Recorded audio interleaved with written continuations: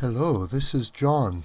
Today we'll be reading 2 Weeks of Great Clarity by Dennis Prager, posted in Townhall, April 18th, 2017. Dennis Prager is one of America's jewels and a very great man. I consider him my rabbi. If you prize clarity, then these past weeks were some of the best in memory. When America leads, the world is better. For the first time in 8 years, the allies of America and the world's decent people celebrated America's return to leadership. Just about all of them understand that if the United States doesn't exercise its power, the worst regimes on the earth will.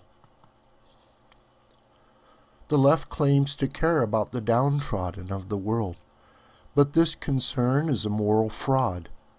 The downtrodden the left most cares about are American blacks, women, and gays, and Palestinians. But these groups aren't downtrodden. They are merely a vehicle by which the left attacks America and Israel to gain power. The truly downtrodden, that is, the most oppressed people in the world, such as Christians living in the Middle East, and the victims of Syrian President Bashar Assad's tyranny, know who really cares about them: Trump and America's conservatives. Life, liberty, and the pursuit of all who threaten it. The U.S. Navy. Number 2. The terrible presidency of Barack Obama is beginning to be acknowledged.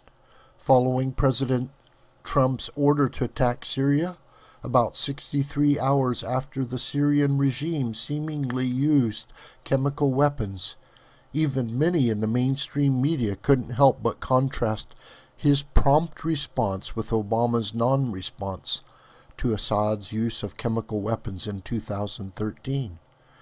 And almost every report further noted that Obama failed to do anything after having promised that he would regard the use of chemical weapons by Assad as crossing a red line.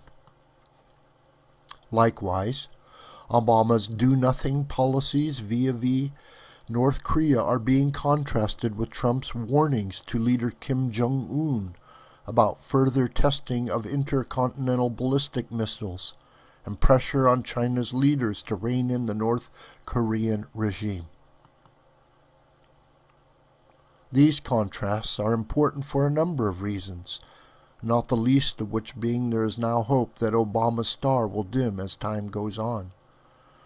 This will come as somewhat as a surprise to those on the left, but many of us who are not on the left believe that Obama did more damage to America than any previous president, economically, militarily, and socially. Regarding the social damage, as the first black president in American history, he could have been an unprecedented force for racial healing, but instead left America more racially divided than any modern president. In his repeated citing of Ferguson, for example, he helped spread the lie that a racist white Missouri police officer had killed an innocent black teenager without reason other than racial bias. Hands up, don't shoot.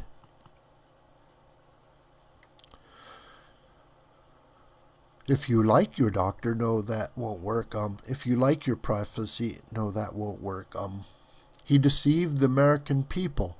If you like your doctor, you can keep your doctor assertion and more in order to pass Obamacare, one of the largest government expanding programs in American history. He used presidential power in an unprecedented and authoritarian manner.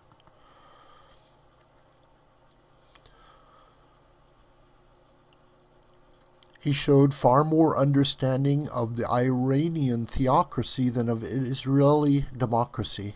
His Internal Revenue Service and Department of Justice were politicized in ways reminiscent of corrupt Third World regimes, and he left America fighting a thus far nonviolent second civil war. Number 3.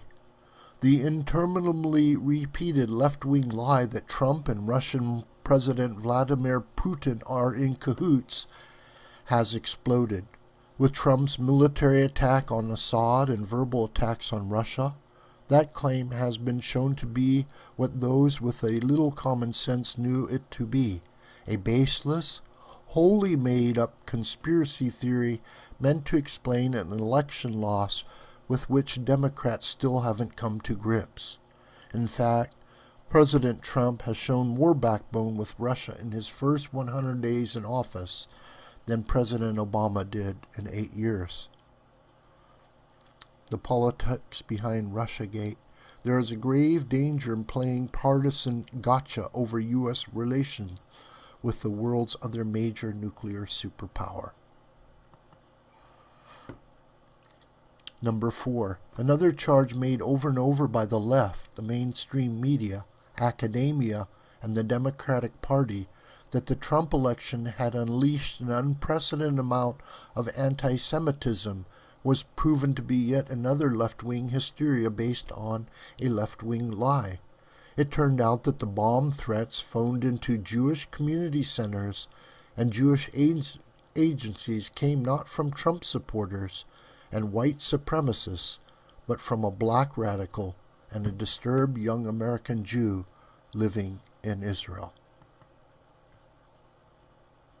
Given that factual and moral clarity are conservatism's greatest allies, we may be witnessing the beginning of a conservative renaissance, of the likes of which we haven't seen since the advent of progressivism. This video is a production of the School of the White Crane. My name is John Brooker. You can contact me through commentary on YouTube or through my Gmail listed here. Thank you very much for listening. God bless you. Please share this with your friends and on social media.